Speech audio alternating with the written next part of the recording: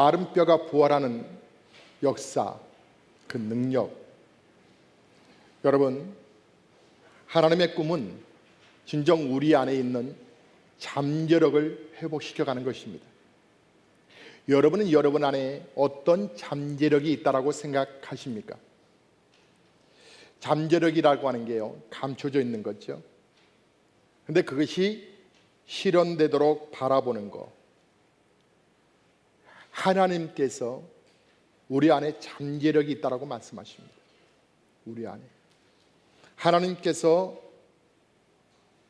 바라보시는 시각은 우리 인간의 시각과 다릅니다. 우리가 인생을 살아가면서 사물을 어떻게 바라보느냐, 바라보는 시각만큼 중요한 게 없습니다. 어떤 의도와 어떤 생각을 가지고 바라보느냐, 참으로 중요합니다. 탁월한 예술가들, 탁월한 이 조각가들은 우리 보통 사람들과 바라보는 눈이 다릅니다.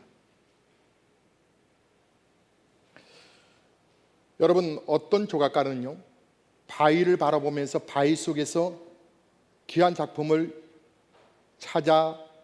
찾아내기도 합니다. 어떤 분들은요, 썩은 나무 뿌리 가지고도 그 안에 작품을 만들어내기도 합니다. 어떤 분들은요, 정말 이 폐품과 지나지 않는 것들을 모아서 위대한 작품으로 이끌어내는 것을 볼 수 있습니다. 탁월한 조각가 그러면 우리는 미켈란젤로를 듭니다. 미켈란젤로의 대표적인 작품성이 가장 찬사를 받는 것 중에 하나가 다윗상이라고 하는 다윗상입니다. 이 다윗상은 1501년에 이 미켈란젤로가 26살 때에 3년에 걸쳐서 만든 작품입니다. 근데 이 작품은 사실은 한 조각가가 6m가 되는 큰 조각상을, 이 대리석을 보면서 결이 좋지 않다고 버린 겁니다. 결이 좋지 않다라고 해서 버린 이 대리석을 가져다가 이 미켈란젤로는 그곳에서 계속 쳐다보다가 그는 그곳에 다윗을 찾아냈습니다. 다윗의 그림을 그는 생각하기 시작했습니다.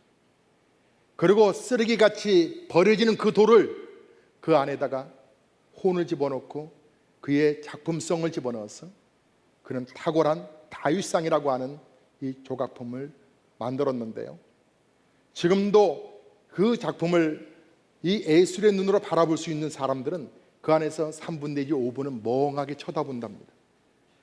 그 조각품에서 살아있는 다윗의 모습을 발견하기 때문이라고 합니다. 누군가가 버린 것, 누군가가 결이 안 좋다고 던져버린 것, 그곳에서 어떤 시각을 가지고 있느냐에 따라서 그것이 위대한 작품으로 평가된다고 하는 것입니다. 여러분, 하나님은 오늘 그러한 눈빛으로 우리에게 지금 하나하나 작품이라고 하는 생각을 가지시고 하나님은 우리를 지금 바라보고 계시는 것입니다. 오늘 본문에는 마른 뼈라고 표현하고 있지요. 소망이 없다라고 하는 것입니다. 썩은 거라는 거죠. 아니, 끝났다라고 하는 것이죠.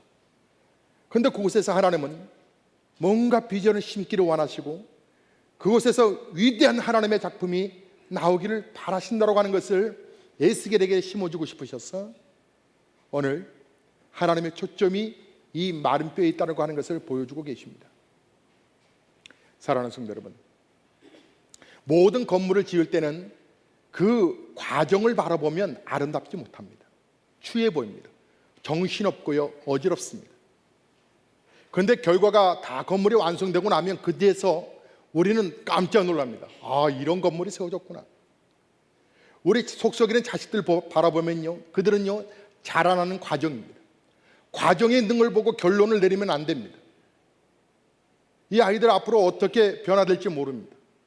우리 청년들이나 우리 학생들에게 여러분 계속 소망의 아름다운 긍정의 언어를 심어주셔야 합니다. 너 도대체 뭐가 될래? 이렇게 말하면 안 됩니다. 자라나는 과정이 있는 것뿐입니다. 과정을 보고 결론을 내리면 안 됩니다. 하나님께서 쉼표를 찍어 놓은 것을 우리는 마침표로 생각하면 안 됩니다. 잠시 우리가 멈춰가는 것, 잠시 우리가 중단돼 버린 것 같은 것, 그 자리를 우리는 마침표라고 생각해서 스스로가 얼마나 낙심하며 좌절해 버린지 모릅니다. 과정일 뿐입니다.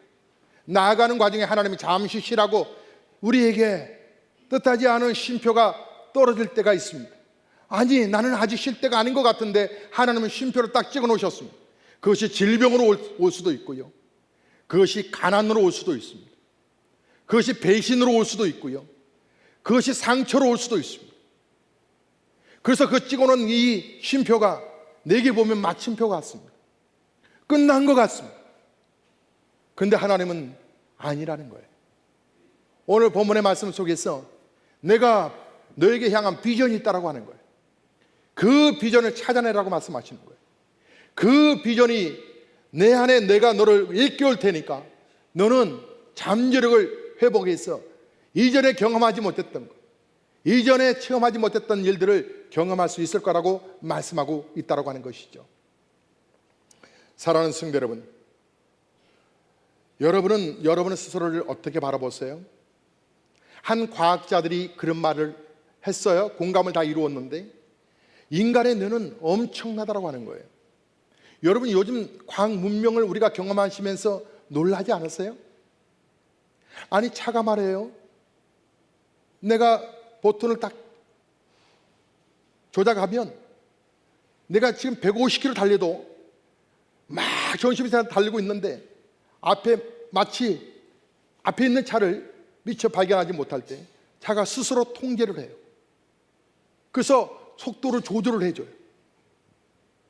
그리고 차 주차할 때요, 버튼을 누르면 스스로 다 파킹을 해줘요. 여러분의 표정은 안 믿는 표정 같은데 그런 차를 타고 다니시는 분 계시 않아요? 아니, 어떻게 그럴 수 있냐고요. 그런데요, 더 놀라운 일들은 앞으로 계속 일어날 거예요.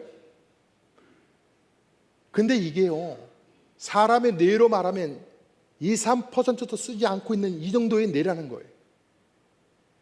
아인슈타인 같은 경우는 그의 잠재력을 끄집어내어서 그가 10%를 사용했대요. 보통 사람들, 그나마 전 머리를 쓰는 사람, 의학적으로 과학적으로 여러 부분에 신경 쓰고 있는 사람들 겨우 한 3%? 거의 보통 사람들이 2%, 98%는 쓰지도 못하고 다 사장돼 버린다는 거예요. 우리 안에 있는 잠재력을 우리 스스로 문화와 습관과 관습에 따라서 사장시켜버려요. 근데 하나님은 그렇지 않다는 거예요. 하나님은 놀라운 영향력을 보여주고 싶다고 하는 거예요. 저와 여러분에게 말씀하고 계시는 거예요. 지금 여러분에게 남아있는 잠재력이 있다고 하는 거예요. 숨겨져 있는 잠재력이 있다고 하는 거예요. 교회를 향해서 숨겨져 있는 잠재력이 있다고 하는 거예요. 여러분 개인적인 삶을 향하여서 여러분의 자녀에게 숨겨진 잠재력을 극대화시키라고 지금 말씀하고 계시는 거예요. 제가 그래서 비전에 대한 꿈을 계속 시리즈로 말씀드리고 있는 거예요. 여러분, 어떻게 하나님께서 이 마른 뼈가 이렇게 부활하는 그런 꿈을 꾸셨을까? 첫째로, 하나님의 비전은 사랑에서 시작되었습니다. 사랑. 제가 그 유행가 가사 가운데서 참 좋아하지 않는 노래가 있어요. 이런 노래입니다. 사랑, 사랑, 누가 말했나, 하하. 그 예수님이 그렇게 말씀하시고 하나님이 그렇게 말씀하셨는데 누가 말했는지 모르겠다라고 하는 그 가수가 있어요.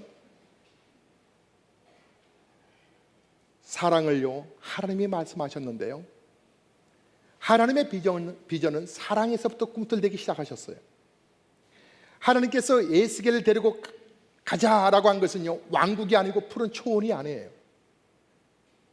마른 뼈가 수북히 쌓여 있는 골짜기예요. 사랑하는 성도 여러분, 여러분이 은혜 받는 방법이 있어요. 그것은 하나님의 말씀을 낭독할 때 집중으로 그 중심의 뜻을 잘 찾아내는 거예요. 오늘 2절의 말씀을 보니까 나를 그 뼈 사방으로 지나가게 하시기로 본즉 그 골짜기 지면에 뼈가 힘이 많고 아주 말랐더라. 왜 하나님께서 이 뼈들에게 가자라고 하셨을까? 사랑 때문이에요. 첫째로 하나님은 골짜기에 있는 마른 뼈에 관심을 갖고 계십니다. 사랑한다라고 하는 것은요, 관심을 갖는 거예요. 관심을 갖는 그 순간 관련을 맺게 되는 거고요, 내가 뭔가에 관심을 갖는 그 순간부터 연결이 되는 거예요. 그래서 그 시작은요, 관찰에서부터 시작돼요. 그것이 바로 관심이에요. 이 골짜기 같은, 여러분, 이 골짜기라고 하는 것은 산과 산 사이의 계곡이잖아요. 어둡고 침침하고요. 근데 이 특별히 이 마른 뼈들이, 정말 사망의 음침한 이 마른 뼈들이 얼마나 많은지요. 사방이란 사방. 공동 묘지 아니겠어요? 가끔 우리 인생에서 골짜기를 통과할 때가 있어요. 실패의 골짜기, 절망의 골짜기, 가난의 골짜기, 절망의 골짜기, 퇴직의 골짜기, 질병의 골짜기, 버림받음의 골짜기, 배신의 골짜기, 낙심의 골짜기, 상처의 골짜기, 소중한 사람을 잃어버린 이별의 골짜기. 여러분, 이 마른 뼈가 스스로 일어설 수가 있다면 그것은 골짜기가 아니겠죠? 마른 뼈가 아니겠죠? 우리가 인생 살아가다가 뭔가 우리가 스스로 일어설 수가 있다면 거기까지는 아직 절망은 아니잖아요.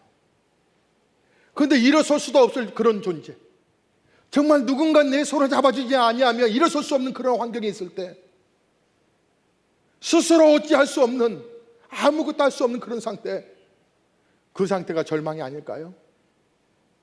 누군가가 나를 알아주지도 아니하고 관심도 안 갖고 나의 아픔의 눈물에 전혀 동조하지 않을 때에, 혼자 있을 때에. 근데 하나님은 말씀하세요. 너가 배신을 당했어요. 또 너가 이별의 골짜기를 지나가도, 그 누군가가 아무도 나를 도와주지 않는다 할지라도 하나님은 도와주고 하나님은 관심을 갖고 계신다라고. 그래서 그들에게 사랑이라고 하는 이름으로 다가오셨던 거예요. 오늘 여러분 가운데 그런 분이 계실 거예요. 하루하루가 너무 힘들다, 너무 고통스럽다. 근데 하나님은요, 관심을 갖고 계신다는 거예요. 둘째로, 하나님은 사랑하셨기 때문에 마른 뼈에 비전을 품고 계세요. 비전은 꿈이라고 말하지 않아요. 여러분, 죽은 뼈가 어떻게 꿈을 꿀 수가 있겠어요? 근데요, 사랑이 참 아름답다라고 말하는 것은, 사랑하면 그 대상에 좋은 것을 보게 되고요, 그 바라본 것에 대해서 소망을 갖게 되어요. 근데 문제가 뭐냐면, 아름답게 바라보지 못하는 이유가 뭐냐면, 그 아름다움의 사랑에 대해서 내가 경험하지 못했기 때문에. 여러분이 문득 누군가가 나를 엄청 사랑하는 그 사랑을 경험한다면 여러분의 존재감은 확 높여질 거예요. 누군가가 나를 정말 절실하게 나를 위해서 기도하고 나를 축복하고 사랑하는 그런 사랑을 내가 받는 그런 공급자라면, 나는 그 자리에서 나는 소망을 갖게 될 거예요. 그런데 그 아름다운 사랑의 대상을 만나지 못해서 우리가 주저앉아 있을 뿐인데, 근데 더 슬픈 게 뭐냐면, 못 만난 것도 슬픈 거지만 우리 안에 그런 사랑을 공급받지 못한 것도 있지만, 그렇기 때문에 모든 사람을 항상 아름답게 바라보지 못하고 다른 시각으로 바라본다는 게 슬픈 거예요. 지금 하나님께서 에스겔에게 3절에 말씀하고 계시거든요. 그가 내게 이르시되 인자야 이 뼈들이 능히 살 수 있겠느냐 하시기로 내가 대답하되 주 여호와여 주께서 아시나이다. 이 말은 곧 뭐예요? 주 여호와여 주께서 아시나이다. 그거 제가 어떻게 알아요? 하나님밖에 알지. 아니, 그리고 이게 질문이라 하세요. 뼈가 어떻게 살아날 수가 있어요? 이 살 수가 있겠느냐? 말 같은 것을 말을 하세요. 근데 하나님은 물으시는 거예요. 내 눈에는 보이는데 너 눈에는 보이지 않니? 하나님의 사랑이 참 놀랍다라고 말하는 것은, 하나님은 모두가 나를 버려도 하나님은 다가오셔서 나는 너의 잠재력이 있어, 나는 너의 잠재력이 보이는데 나는 안 보이거든요. 아니야, 나는 너의 잠재력이 보여, 나는 안 보이거든요. 하나님은 그것을 드러내신다는 거예요. 그걸 하나님은 바라보신다는 거예요. 그래서 하나님의 사랑이 숭고한 거예요. 여러분, 진정 여러분이 예수 안에서 발견된 새로운 새 생명을 경험하게 되면 세상이 아름답지 않던가요? 모든 게 아름답게 보이잖아요. 그것을 우리는 뭐라고 그래요?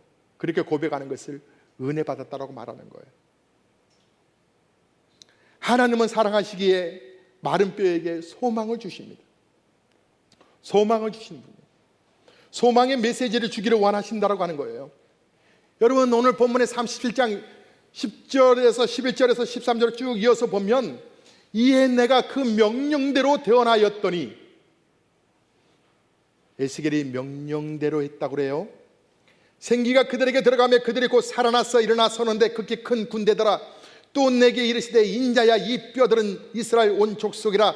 그들이 이르기를 우리의 뼈들이 말랐고 우리의 소망이 없어졌으니 우리는 다 멸절되었다 하느니라. 소망이 없어졌다라고 말을 해요. 그러므로 에스겔아 너는 대언하여 그들에게 이르기를 주 여호와께서 이같이 말씀하시기를 내 백성들아 내가 너희 무덤을 열고 너희로 거기에서 나오게 하고 이스라엘 땅으로 들어가게 하리라. 내 백성들아 내가 너희 무덤을 열고 너희로 거기에서 나오게 한즉 너희는 내가 여호와인 줄 알리라. 소망의 하나님께서 소망이 없는 이들에게 소망을 주신다고 하는 거예요. 하나님은 정말 소망의 하나님이시거든요. 성령을 보내주셔서 살게 해주셨다는 거예요. 로마서 여러분 15장 13절을 보니까 소망의 하나님이 모든 기쁨과 평강을 믿음 안에서 너희에게 충만하게 하사 성령의 능력으로 소망이 넘치게 하시기를 원하노라. 소망의 하나님이요 기쁨과 평강을, 하나님이 우리 가운데 우리를 찾아오시면 우리 안에 기쁨이 있고요 평강이 있는 거예요. 믿음 안에서 성령의 능력이 가능하다라고 하는 거예요. 하나님께서 소망을 주시게 되면 우리 안에 신비롭고 그 놀라운 하나님의 평강과 능력이 임하게 되는 것인데, 여러분,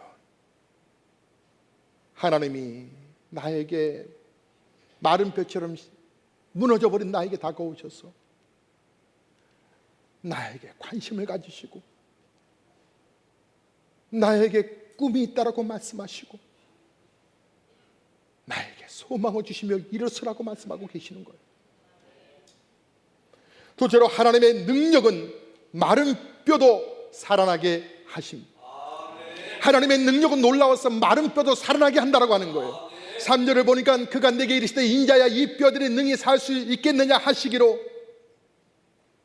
내가 대답하되 주 여호와께서 하시나이다. 모르겠습니다.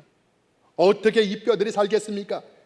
그러자 5절에 보니까 주 여호와께서 이 뼈들에게 이같이 말씀하시기를 내가 생기를 너희에게 들어가게 하리니 너희가 살아나리라. 생기만 불어주시면 살 수 있다고 하는 거예요.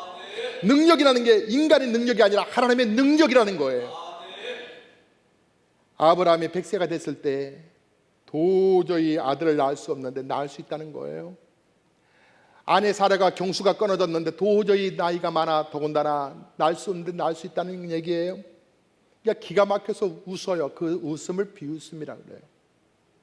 그때 하나님께서 창세기 18장 14절을 보니까 여호와께서 능치 못함이 있겠느냐. 저는 이 말씀이 너무 좋아요. 여호와께서 능치 못할 힘이 못함이 있겠느냐? 에레미야서 32장 27절에 나는 여호와여 모든 육체의 하나님이라 내게 할 수 없는 일이 있겠느냐? 하나님께서 말씀하시는 거예요. 내게 능치 못할 일이 있겠느냐고. 하나님께는 능치 못할 일이 없어요. 하나님께서 살 일이라 말씀하시면 그걸 우리 인간의 생각이 아니라 그걸 믿는 게 우리의 믿음이 되어야 될 줄로 믿습니다. 사랑하는 성도 여러분, 하나님이 말씀하시는 그 말씀을 우리의 인간의 언어, 우리의 인간의 이성으로 판단하고 쪼개고 여러분 분리시켜 놓으면 여러분 신앙생활이 너무 따사롭고 단조롭고요, 몸이 건조해질 거예요. 여러분, 그래서 인생은 나이가 아니라 믿음으로 결정되는 거예요.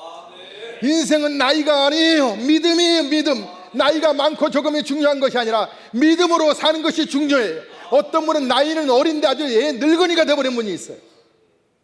신앙생활에 감동이 없이 신앙생활하는 분들이 있어요. 어느 분은 연세가 많으셔도 믿음이 청년 같은 믿음들이 있어요. 75세의 믿음을 가진 아브라함을 보세요.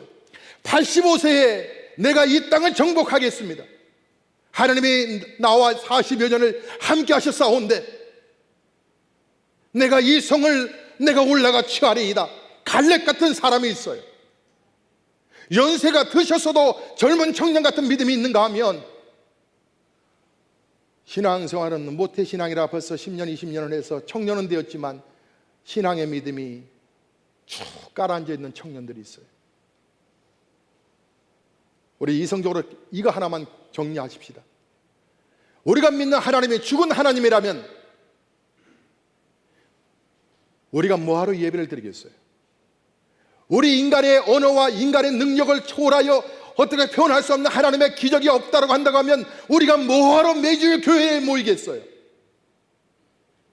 우리가 이성적으로 한 가지만 정리하십시다. 정말 하나님이 살아계시지 않는다고 한다고 하면 우리가 힘들게 벌은 그 물질 가운데 11조를 뚝 떼어서 어떻게 하나님 앞에 드릴 수가 있겠어요? 하나님이 살아계신 능력의 초월적인 그 역사와 기적을 베푸시는 하나님이 아니시라면 우리 자녀에게 믿음 생활 똑바로 하라고 왜 고행 같은 길을 걸으라고 말을 하겠어요? 하나님이 살아계신 능력의 하나님이 아니시라면 내 집을 바치고 더 바칠 것이 없어서 하나님 안타까워합니다 라고 하는 눈물을 왜 흘리겠냐고요. 먹고 사는 것이 문제라고 한다고 하면 우리가 굳이 주의를 지킬 이유가 뭐가 있겠어요? 이것이 더 먹고 사는 게 중요하다고 하면 모두가 다 나가서 일을 하면 되지.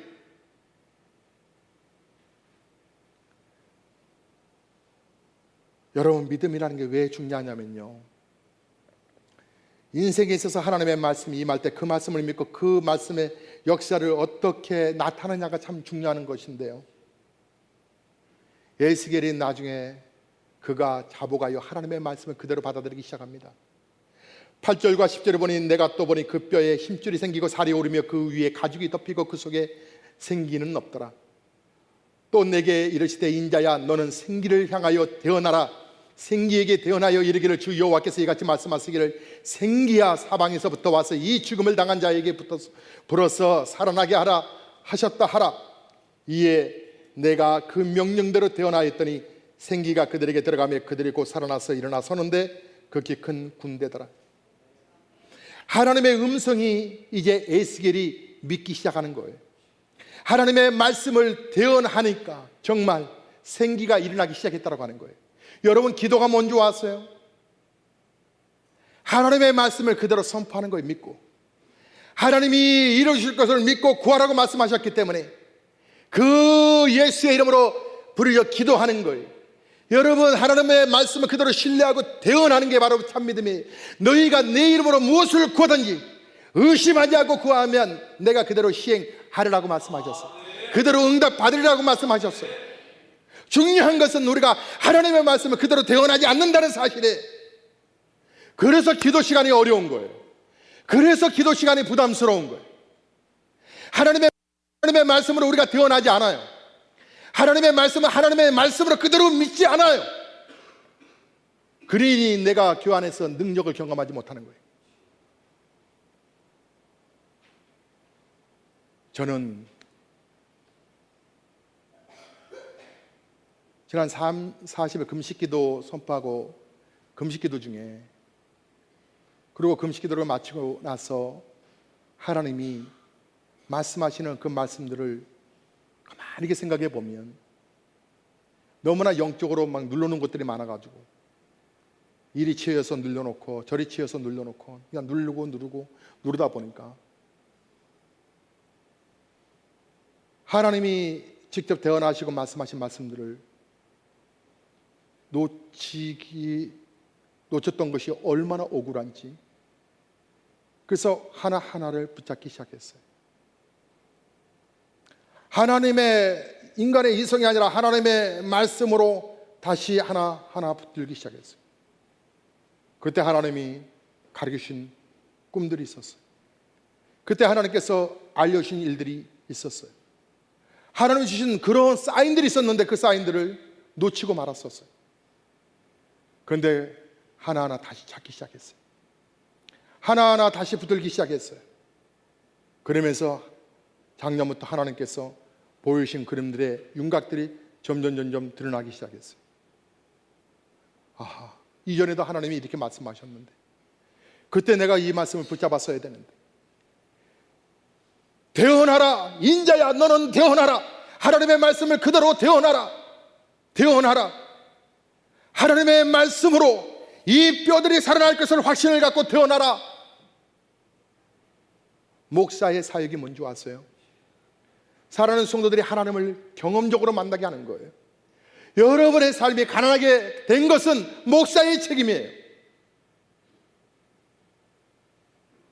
여러분의 성도들의 소망이 없고 재미가 없는 것은 목사의 책임이에요.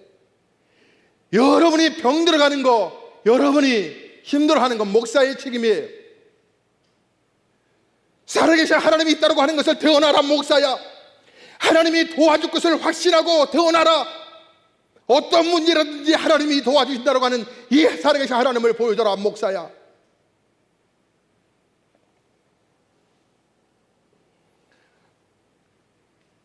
대언을 하니까 뼈들이 일어나기 시작했는데요, 그것을 부흥이라 말하는 거예요. 부흥, 리바이벌, 살아나는 거예요. 부활이라 말하기도 하고요. 하나님께서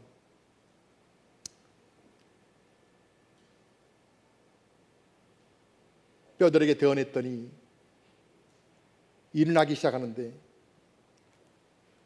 그 뼈들이 일어나는 이 배경들을 자세히 살펴보면 그 부흥은요, 첫째로 하나님의 사람을 통해서 부흥을 일으키시다라는 거예요. 에스겔을 통해서 하나님께서 말씀을 대언하는 주의 종들이 그래서 참 중요하다고 하는 거예요. 두 번째로요, 말씀을 통해 부흥을 일으키시다고 하는 거예요. 뼈들이 일어난 것은요, 에스겔이 대언했고 또 말씀을 믿었던 건데, 4절에 보니까 또 내게 이르시되 너는 이 모든 뼈에게 대언하여 이르기를 너희 마른 뼈들아 여호와의 말씀을 들을지어다. 뼈들이 말씀을 듣는다는 거예요. 오늘도 하나님의 말씀을 여러분이 듣고 계시는데요, 말씀을 받아들이는 순간에 믿음이 생기고 역사가 시작되는 것이란 말이죠. 하나님께서 모든 만물을, 또 여러분과 저를, 그 모든 것들을 붙들고 계시는데, 말씀으로. 여러분, 히브리서 1장 3절의 말씀을 보니까 이는 하나님의 영광의 광채시요 그 본체의 형상이시라 그의 능력의 말씀으로 만물을 붙드시며 그러셨어요. 그러니까 여러분, 우리가 얼마나 하나님의 말씀을 믿느냐에 따라서 여러분의 인생의 성공과 실패 여부는 여러분의 정말 말씀의 신뢰도에 달려있다고 하는 거예요. 셋째로 하나님은 성령님을 통해서 부흥을 일으키시는데, 지금 성령님께서 오셔서 생기를 불어넣거든요. 이게 제일 중요한 메시지예요. 요한복음 6장 63절의 말씀을 보면 살리는 것은 영이니 육은 무익하니라. 내가 너희에게 이런 말은 영이요 생명이라. 성령이 역사하시게 되면 놀라운 능력이 나타납니다. 힘으로도 안 되고 능으로도 안 되지만 여호와의 신으로 말미암아 된다라고 말씀하셨기 때문에 성령만 역사하시면 놀라운 기적을 경험하게 된다라고 하는 얘기예요. 왜냐하면 성령께서 역사하시면 제일 먼저 놀라운 역사가 나타나는 것은 하나님의 사랑이요 우리 안에 쑥 들어오는 거예요. 로마서 5장 5절에 소망이 우리를 부끄럽게 하지 아니함은 우리에게 주신 성령으로 말미암아 하나님의 사랑이 우리 마음에 부음받음이니 그러셨어요. 하나님의 사랑, 성령을 경험하게 되면 세상이 다 달라져요. 정말 예수 믿고 회개하게 되면 세상이 아름답게 보이잖아요. 용서가 안 될 사람도 없더라고요. 여러분, 성령을 받게 되면 하나님의 사랑을 경험하게 되는 거예요. 이 성령의 은혜가 임하게 되면 모든 게 사랑스럽게 보이고요, 똑같은 가정인데 그 집이 귀하게 보이고요, 변하지 않은 남편인데 남편이 소중하게 보이고요, 변하지 않은 아내인데 그 아내가 사랑스럽고요, 늘 철딱선이 없는 자식인데 그 자식이 너무 귀해 보이고요, 여러분 속속이는 순원이 이쁘게 보이고요, 순장님이 귀하게 보이고요, 목회자가 소중하게 보이고요. 그래서 그분들의 고백 속에 성령이 임하시면 그들의 고백 속에 뭐냐면 긍정의 언어가 나오는 거예요. 긍정의 언어. 근데 은혜가 떨어지면요 다 걸려요. 남편이 벗어놓은 양말이 눈에 걸리고요, 아내가 밥 먹는 모습도 걸리고요, 새끼가 그냥 마음에 안 들고. 그런데 은혜가 충만하면 그저 소중하게 보이거든요. 실제로 하나님과 연결될 때 잠재력을 발휘할 수 있습니다. 지금 뼈들이 연결되는데 말씀과 연결되고 성령의 생기와 연결되면서 놀라운 잠재력이 나타나기 시작합니다. 그러니까 우리 인간은요, 그 근본과 떨어지면요 우리 인간의 잠재력은요 나타나지 못합니다. 여러분 보세요. 나무 있잖아요. 나무가요 흙에서 딱 뽑히는 그 순간에 나무는 죽어요. 나무의 근본은요 흙이에요. 나무가 생존할 때 필요한 것들이 있어요. 햇빛이에요, 비예요, 바람이고요.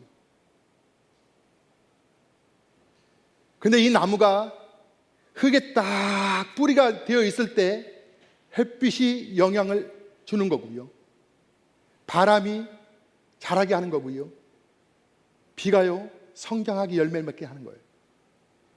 그런데 그 나무가 뿌리에서 딱 뽑히는 그 순간에 그 해는요 나무를 말라 죽게 만들어요. 바람은요 더 빨리 말게 만들어요. 비는요 그 나무를 썩게 만들어요. 그 고마웠던 햇빛과 바람과 비가 나무가 흙에서 분리되는 그 순간에 오히려 고통이 되어 가는 거예요. 여러분, 물고기는요 물에서 벗어나면 죽는 그 자리예요.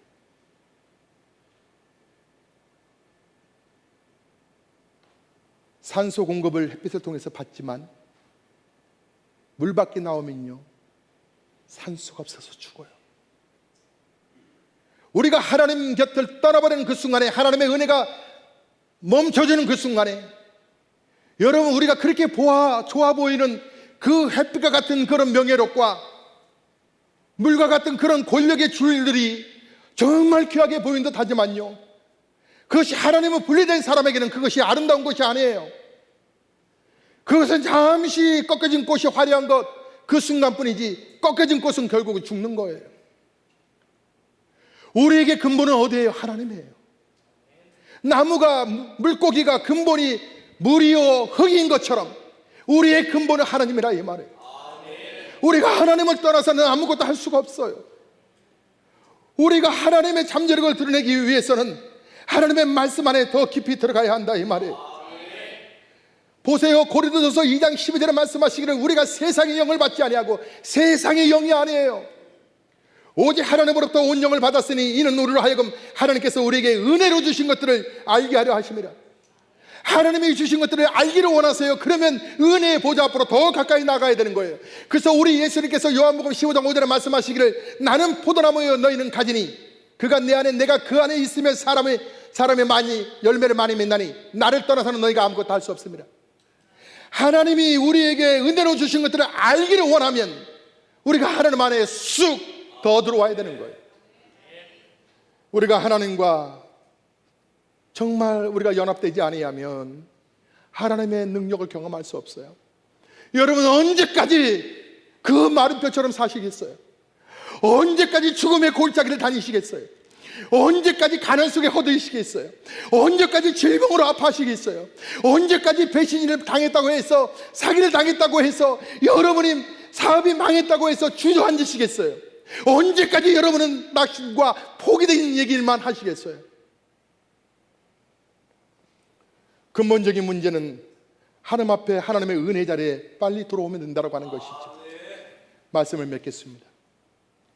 하나님은 마른 뼈를 존귀하게 여기십니다. 실패한 나를 존귀하게 여기십니다. 연약한 나를 존귀하게 여기십니다.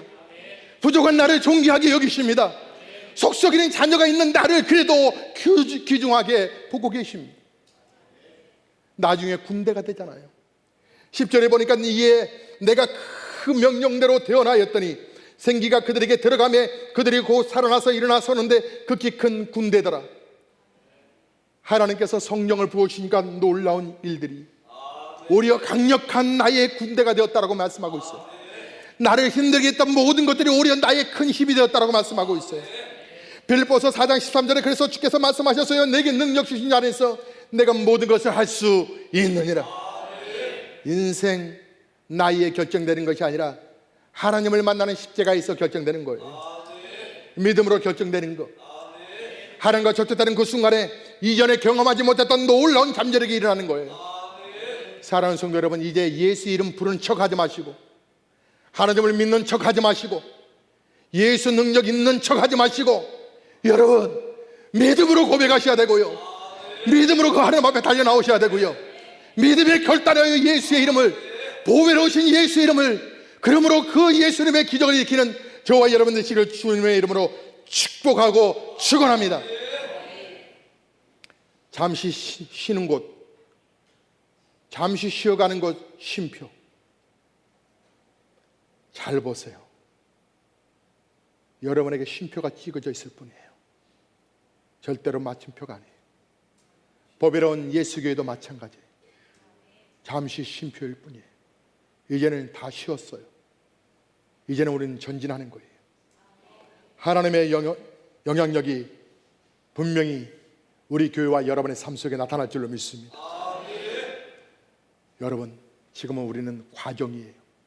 작품이 다 완성된 게 아니에요. 공사 중이에요. 건물이 다 완성된 게 아니에요. 여러분 하나의 여러분 삶의 놀라운 잠재력을 일깨우시길 주의 이름으로 축원합니다.